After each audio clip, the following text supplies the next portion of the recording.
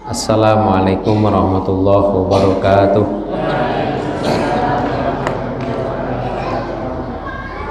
Alhamdulillah, assalatu wassalamu ala rasulillah wa ala alihi wa ashabihi wa mawalah. Asyhadu an la ilaha illallah wahdahu la syarikalah wa asyhadu anna Muhammadan abduhu wa rasuluhu la nabiyya ba'dah.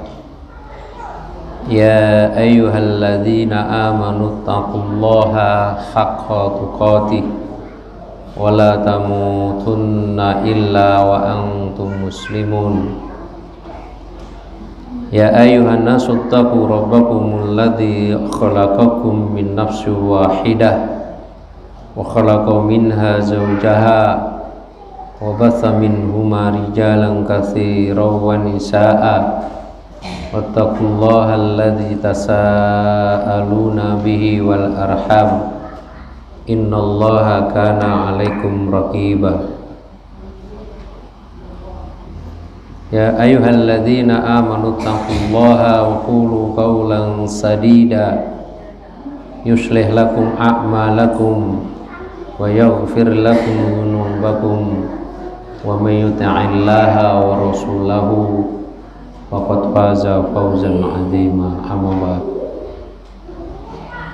Fafidin, Bapak Ibu jamaah yang berbahagia, puji dan syukur pada malam hari ini kita bisa memulai kembali kajian perdana setelah kita beberapa pertemuan libur dalam rangka Idul Fitri.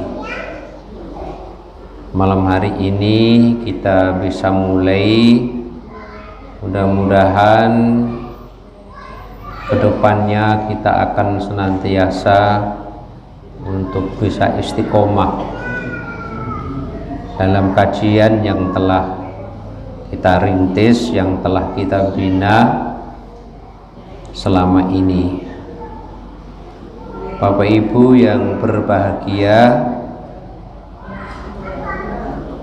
pertemuan yang lalu telah kita awali kaji surah Al-Balad ayat 1. Insya Allah malam hari ini nanti masih kita teruskan untuk ayat 1 ini. Sebelumnya mari kita tilawah terlebih dahulu untuk murojaah.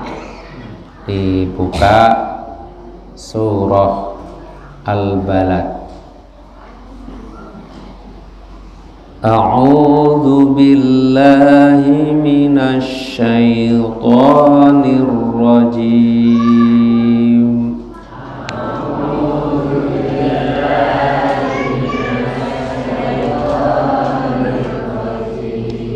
Bismillahirrahmanirrahim.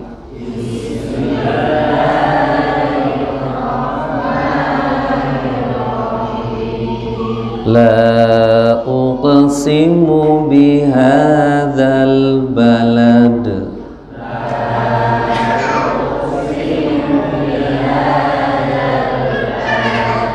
wa anta hillum bihadzal balad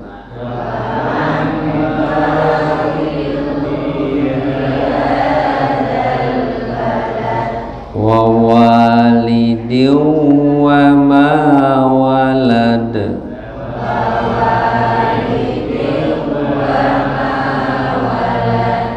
laqad khalaqnal insana fi kabad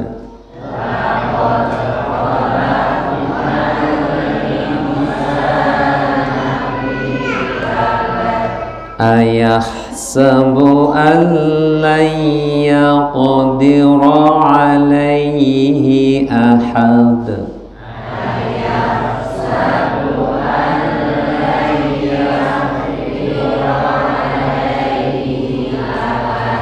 يقول أهلكت مالا لبدا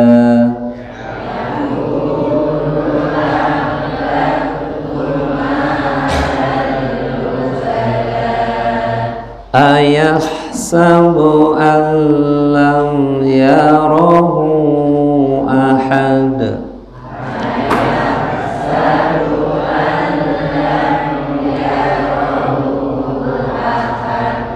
ألم نجعل له عينين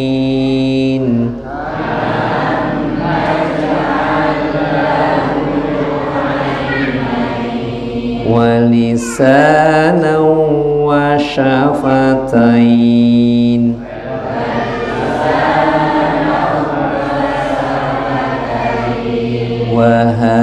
وهديناه النجدين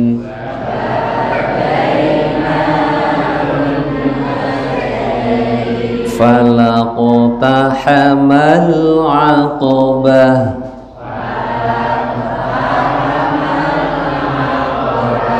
وما أدراك ما العقبة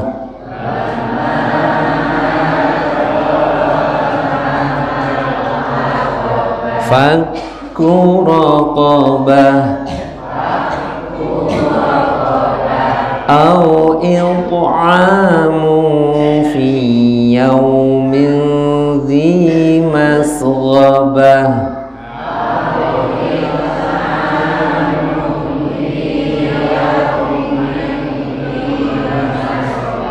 يتيما ذا مقربة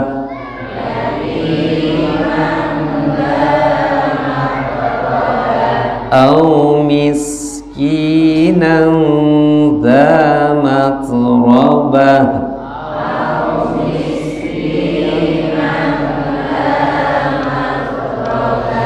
ثم كان من الذين آمنوا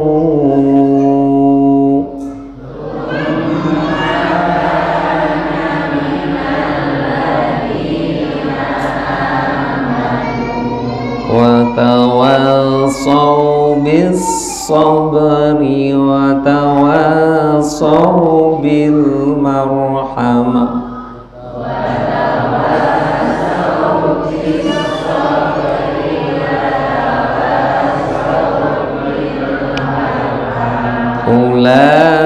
أولئك أصحاب الميمنة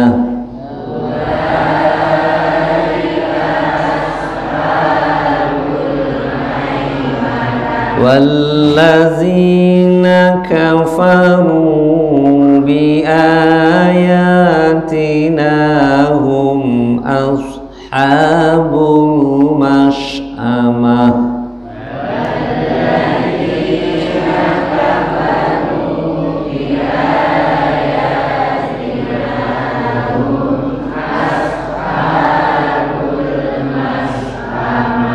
عليهم نار مؤصدة.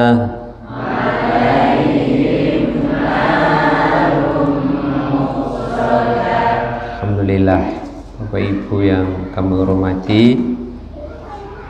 mudah-mudahan murojaah yang kita lakukan ini akan menambah nilai kebaikan bagi kita bersama. Amin. Ayat yang pertama, la uqsimu bihadzal balad. Huruf la yang ada di awal surah ini yaitu sebagai penguat, yang menekankan, sehingga artinya itu adalah benar-benar.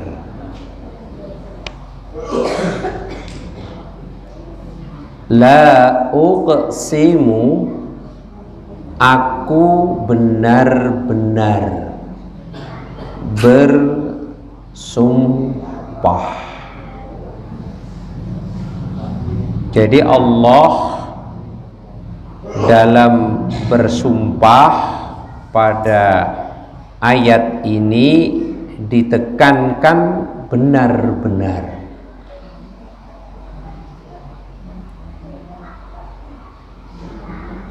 Bersumpah dengan apa? Bihadzal balad, yaitu bersumpah dengan kota ini. Kota ini. Nah, kota yang dimaksud pada ayat ini adalah kota Mekkah.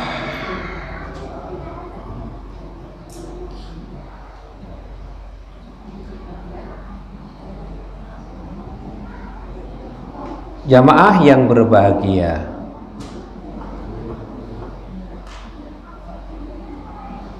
beberapa pertemuan yang lalu telah kita ketahui bahwa sesuatu yang dijadikan sebagai media sumpah itu memiliki apa? Keistimewaan. Memiliki satu keistimewaan.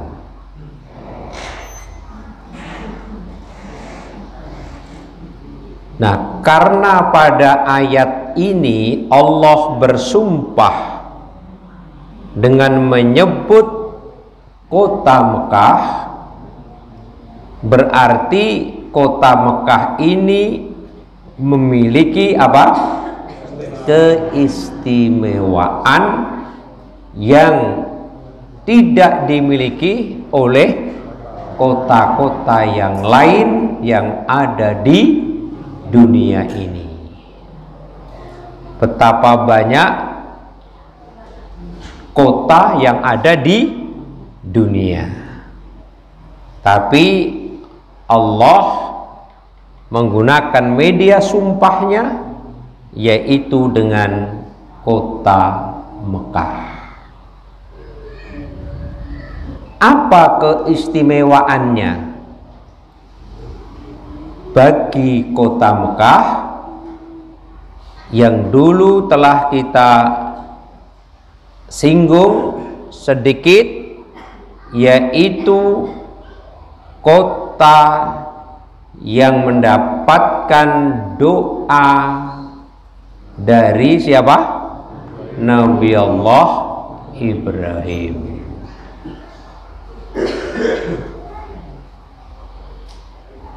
Nabi Allah Ibrahim mengucapkan doa, memanjatkan doa kepada Allah kepada kota Mekah.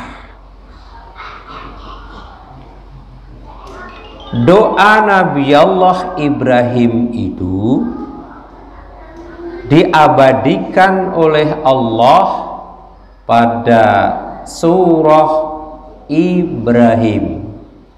Jadi yang berdoa Nabi Ibrahim yang ada pada surah Ibrahim ayat 35 sampai 37. Wa iz qala Ibrahimu, dan ketika Nabi Allah Ibrahim itu berkata, Rabbi ja'al hadzal balada aminan. Ya Rabb kami, jadikanlah negeri ini, negeri apa? Mekah, yaitu negeri yang aman. Negeri yang aman. Sedangkan negeri yang aman itu yang seperti apa?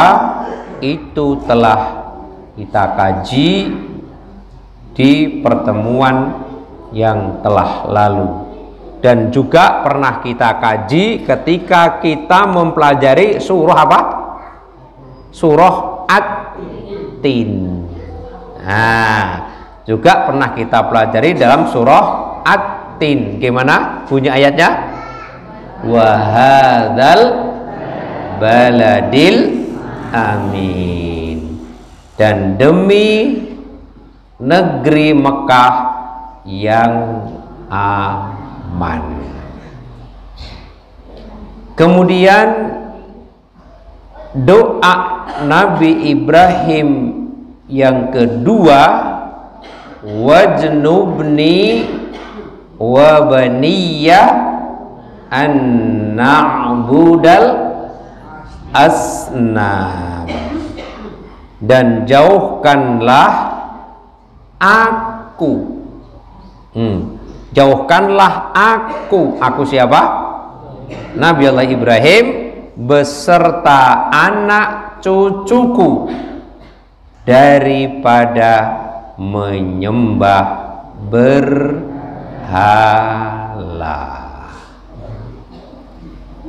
Nah, sampai di sini kita akan teruskan, yaitu doa Nabi Allah Ibrahim alaihissalam kepada kota Mekah. Doa yang keberapa ini? Yang keberapa? Hah? Yang pertama tadi apa? Aman. Yang kedua? Lajaini wajnubni wa baniya an na'budal asnam. Doa yang kedua Nabi Allah Ibrahim agar dirinya sendiri, Nabi Allah Ibrahim itu, dan anak cucu dari Nabi Allah Ibrahim itu dari menyembah berhala. Ini memberikan satu pelajaran yang sangat-sangat berharga dan mendalam bagi kita. Pernahkah, menjadi pertanyaan sekarang, pernahkah selama ini kita bermohon kepada Allah secara spesifik, secara khusus, agar anak cucu kita ini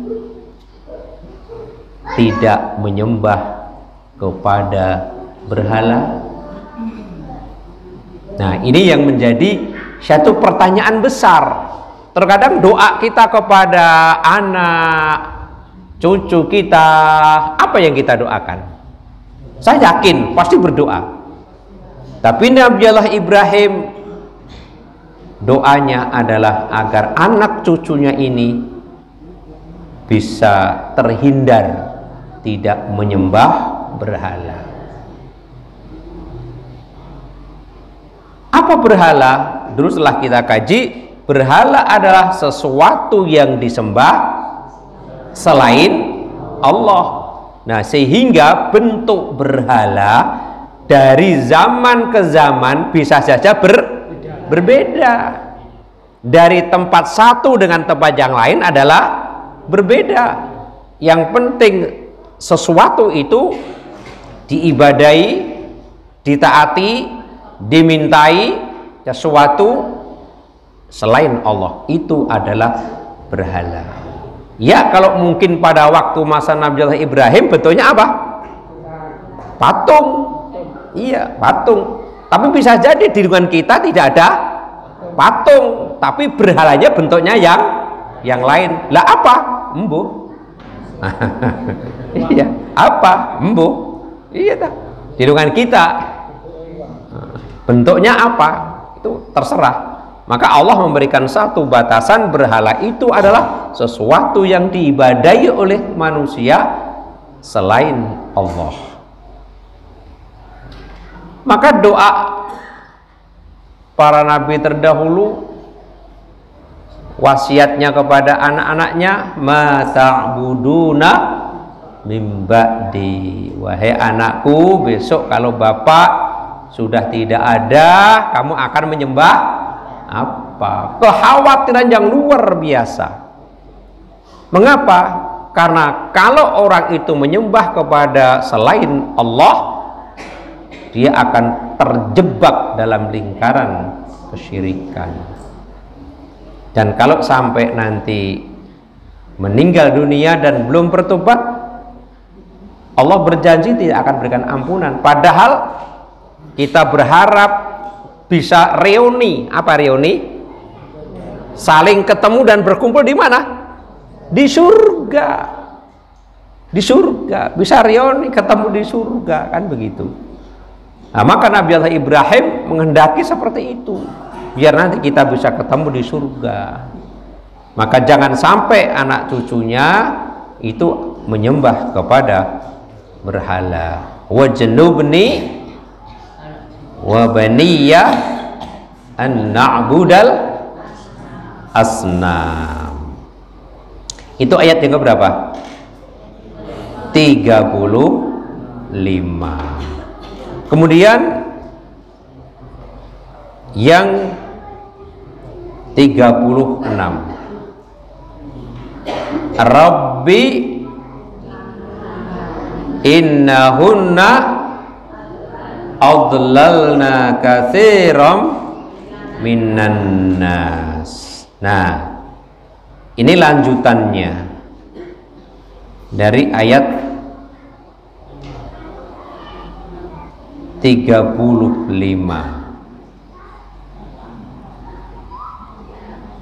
Nabi Allah Ibrahim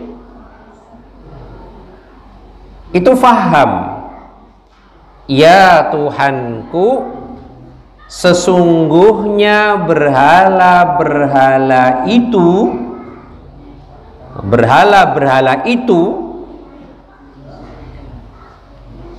telah menyesatkan apa? Kebanyakan manusia, katsiran minan nas. Nabi Ibrahim faham, ngelenggono tahu bahwa berhala-berhala itu telah menyesatkan kebanyakan manusia. Maka pantas jangan sampai dirinya dan anak cucunya menyembah berhala yang nantinya akan menjadi sesat seperti kebanyakan manusia. Berarti orang yang menyembah kepada berhala itu akan masuk dalam kelompok sesat. Kemudian Nabi Allah Ibrahim masih melanjutkan, faman tabi'ani fa innahu minni. Barang siapa yang apa? Mengikutiku. Mengikutiku siapa? Nabi Allah Ibrahim, fa innahu minni. Nah, maka dia masuk golonganku. Tugas Nabi Allah Ibrahim adalah mentauhidkan, memberantas kesyirikan. Orang yang mengikuti aku berarti orang yang tidak menyembah berhala, itu fa innahu minni, itu akan masuk golonganku. Wa man asani, dan barang siapa yang apa? Asani mendurhakaiku, nah, berarti tidak mengikuti, sebaliknya mendurhakai aku perintahkan jangan sembah berhala, tapi dia mendurhakaiku, tidak mengikutiku. fa innaka ghafurur rahim. Maka sesungguhnya Engkau ya Allah Maha Pengampun lagi Maha Penyayang. Tidak banyak berkomentar tentang orang yang menyembah berhala. Hebatnya di sini, cuma tidak masuk golonganku. Tidak masuk golonganku, dia mendurhakaiku. Nah, nek seperti itu bagaimana? Maka Nabi Allah Ibrahim alaihi salam itu dikembalikan urusan mereka yang mendurhakai Nabi Allah Ibrahim itu kepada siapa? Allah subhanahu wa ta'ala. Nabi Allah Ibrahim tidak mau menghukumi, tidak mau menghukumi. Hanya siapa yang mengikuti aku maka golonganku, sedangkan orang yang mendurhakaiku bagaimana? Terserah. Nah, terserah nanti siapa? Allah subhanahu wa ta'ala. Yang jelas Nabi Allah Ibrahim adalah berlepas diri dengan orang-orang yang menyembah kepada berhala. Lah, kalau seperti itu nanti dikembalikan urusannya kepada Allah. Jika Allah menghendaki untuk mengazab mereka, tentulah Dia mengazab mereka. Dan jika Dia menghendaki memberikan ampunan kepada mereka, tentulah Allah akan mengampuni mereka. Itu hebatnya. Serahkan kepada siapa? Allah subhanahu wa ta'ala. Nabi Allah Ibrahim tidak memberikan satu penekanan, ancaman dan cemoohan. Pokoknya orang yang tidak mengikutiku, dari mendurhakaiku, terserah panjenengan ya Allah. Serahkan saja. Itu hak panjenengan. Kalau ingin pengen azab, monggo. Yang ampuni, monggo. Semua adalah hak prerogatif Allah. Ini sesuatu hal yang perlu kita jadikan satu pelajaran. Kalau suatu saat kita menemui orang-orang yang seperti itu, ya sudah, serahkan saja kepada Allah. Kita tidak perlu mencemooh, tidak perlu menghina, tidak perlu mencerca, kan begitu. Serahkan saja kepada Allah. Itu haknya Allah. Lah, yang menjadikan satu problem di tengah masyarakat karena pelaku-pelaku orang yang seperti itu terus kita cerca, kita hina. Itu yang menjadi masalah.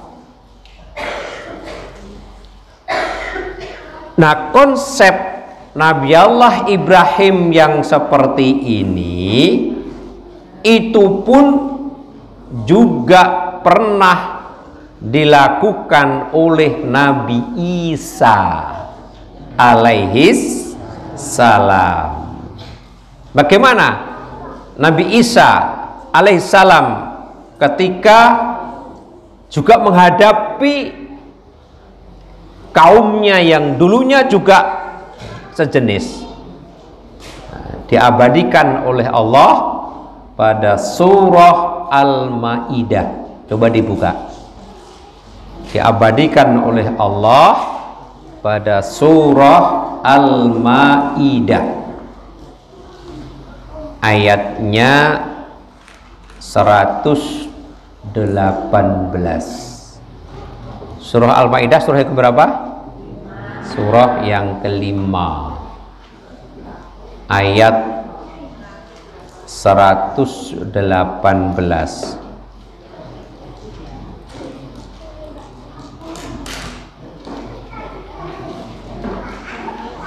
Nah, ayat ini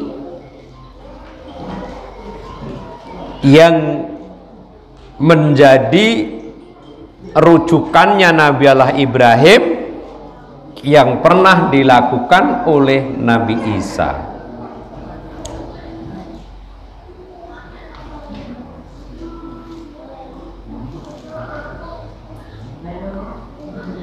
In tu'azzibhum fa innahum ibaduk wa in taghfir lahum fa innaka antal azizul hakim. Jika engkau menyiksa mereka, in tu'azzibhum wa innahum ibaduk, maka sesungguhnya mereka itu adalah hambamu. Jadi jika itu engkau siksa, yaitu hambamu. Masya Allah, indah betul gaya bahasa dakwahnya para nabi, indah betul, dengan gaya bahasa yang luar biasa. Jika engkau menyiksa mereka, maka sungguhnya mereka adalah hambamu. Ya kan, indah betul kan? Wa in taghfir lahum, jika engkau siapa ini maksudnya? Allah mengampuni mereka, fa innaka antal azizul hakim, maka sesungguhnya engkau ya Allah maha perkasa lagi maha bijaksana. Jadi tanpa mencela, mencerca, menghina siapa? Pelakunya. Serahkan kepada Allah. Memang tugas kami adalah untuk berdakwah. Kemudian ternyata seperti itu, udah serahkan Allah tanpa mencerca. Seperti itulah ya Allah, tugas dakwahku telah kami sampaikan kepada kaumku, dan ternyata kaumku seperti itu pun monggo panjenengan. Nek niku ajen panjenengan siksa wong niku nggih kawula panjenengan. Nek panjenengan ngampuni wong panjenengan niku maha perkasa lagi maha bijaksana. Luar biasa keindahan bahasa yang dikemas oleh para nabi-nabi terdahulu. Sebenarnya pelajaran ini akan dapat kita petik bagi dalam rangka kita berdakwah di tengah-tengah masyarakat yang senantiasa juga bersinggungan dengan hal yang seperti ini. Nah, berarti sampai 35 dan 36 ini doa Nabi Allah Ibrahim ada berapa? Ada berapa? Ada berapa? Ada berapa? Ya masih ada dua. Yang pertama agar apa tadi?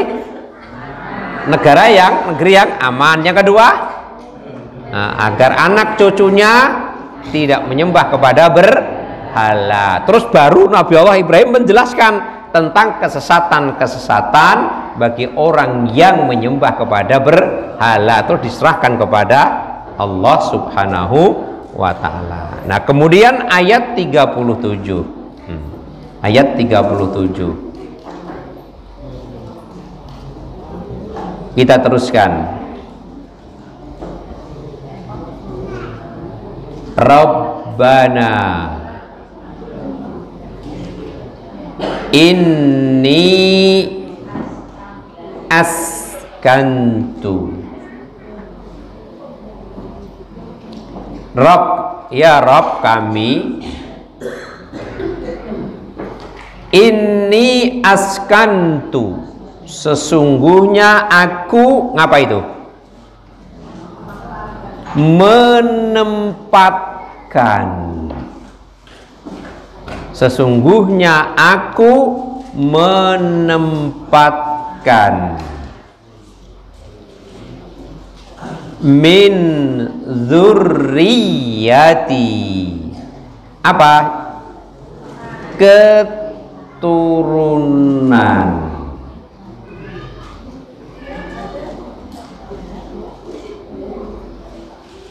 biwadin, apa wad? Apa wad? Wad itu apa? Lembah.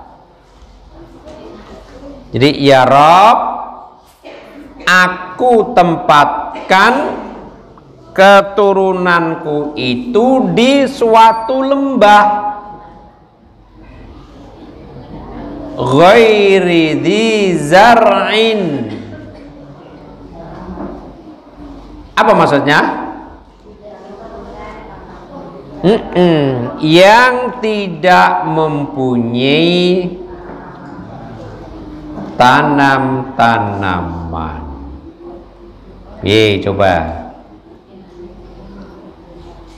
Inda baitikal muharram, di dekat apa?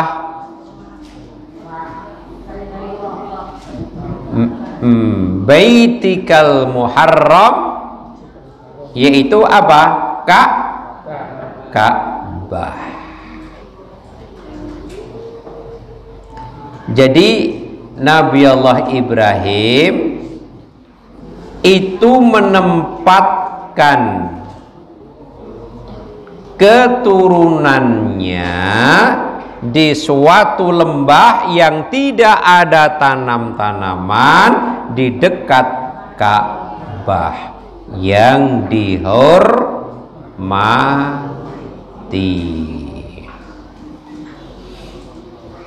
Nah, Bapak Ibu yang kami hormati, ini siapa yang ditempatkan oleh Ibrahim keturunannya di suatu lembah yang tidak ada tanam-tanaman, adanya cuma batu, tidak ada apa-apa, dekat Ka'bah? Siapa ini? Ismail bersama siapa? Ibunya, yang bernama siapa? Hajar. Ini istri yang pertama apa yang kedua? Yang kedua.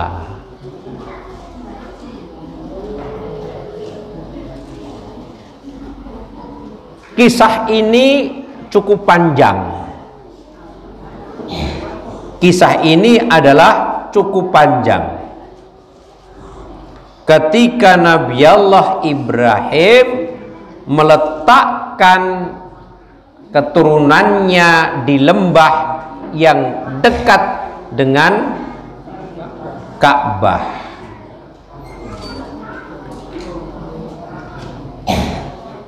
padahal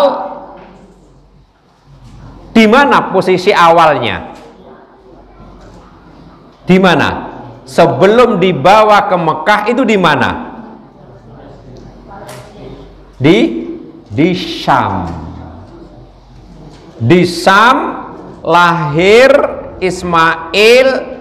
Beberapa hari kemudian diperintah Allah untuk membawa ke Mekah yang diletakkan di suatu lembah. Lembahnya apa toh? Dataran rendah. Mula panjenengan yang sudah umroh dan haji, Ka'bah itu berada di mana? Di bawah, itu lembah. Dulu di sampingnya. Dan ketika itu suasananya panas, gak ada pohon-pohonan, gak ada orang. Coba, itu dapat kita bayangkan itu. Dari Syam ke Mekah, jalan. Padahal berapa jaraknya sama Mekah itu? Urung tahu ukur ngono wae jawabane, ora usah dipikir teman-teman. 1.500 km. Kene ngendi? Kene ngendi? 1.500 kene Jakarta. Jakarta piro? Oh, kene wong 400. Kene Jakarta itu berapa? 400. Berarti 1500. Bayangkan ketika itu. Nah, ketika sampai di lembah itu yang dekat Ka'bah yang saat ini itu,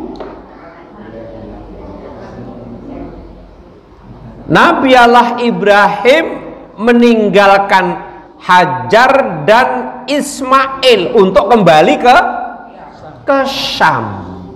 Coba seleh keplek tinggal lungo,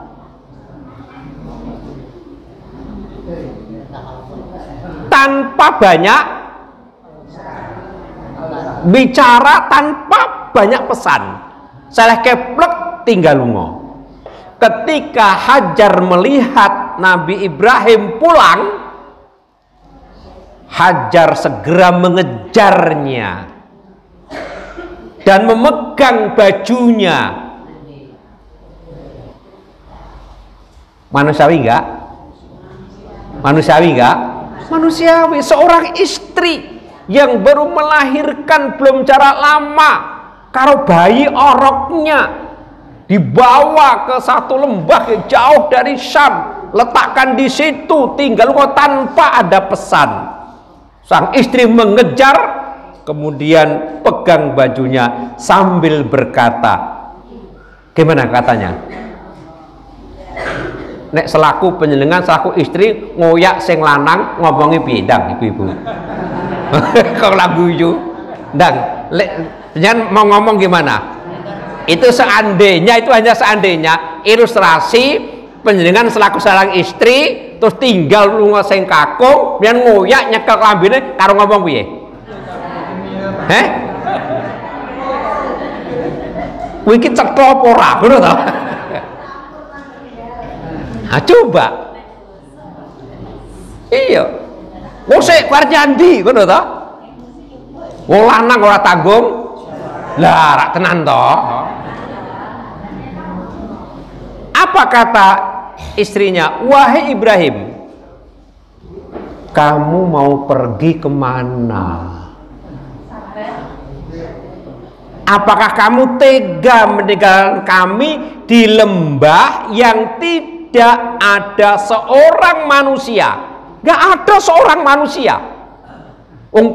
Waktu dulu tidak ada seorang manusia dan tidak ada sesuatu apapun di sini ini. Tega benar. Ya, bahasa lagu ini teganian kau. Hajar terus saja mengulang-ulang pertanyaannya. Ini terus berkali-kali. Nabi Allah Ibrahim tidak menoleh. Coba dioyak cekel bajunya. Ibrahim, kamu kemana? Teganian kau tinggalkan aku dan anakmu di satu lembah yang tidak ada manusia satupun dan tidak ada sesuatu di sini nih. Teganian kau. Ibrahim nggak noleh, langsung bablas. Kok elok men, kok elok ya mana anda?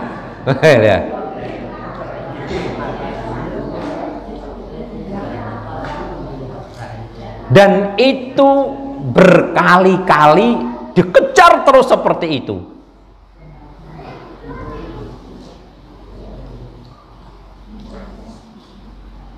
Gimana coba? Renungkan kira-kira berapa detik seandainya terjadi pada diriku.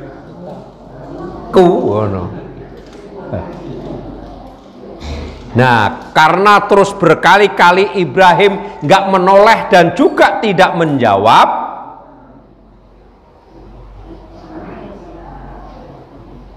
akhirnya Hajar merubah pertanyaannya. Nah, apa mungkin pertanyaanku yang salah? Kemudian bertanya tapi dirubah. Istri yang cerdas. Istri yang cerdas. Mau kemana? Tega nian? Gak dijawab. Tak rubai pertanyaan. Apa pertanyaannya? Hai Ibrahim, apakah Allah yang memerintahkan kamu atas semua ini, meletakkan aku dan anakmu di satu lembah yang tidak ada sesuatu apapun di sini nih? Apakah Allah yang memerintahkan kamu? Pertanyaan dirubah. Barulah Ibrahim menjawab, "Naam, iya, ini adalah perintah Allah." Baru dijawab. Maka istri itu harus cerdas. Nek takok sing kakung, ini kok diem, ini kok diem. Oh, berarti pertanyaanku yang harus saya rubah. Iya, ini adalah perintah Allah. Nah, ketika Nabi Allah Ibrahim menjawab, iya, ini perintah Allah, apa kata Hajar? Apa katanya?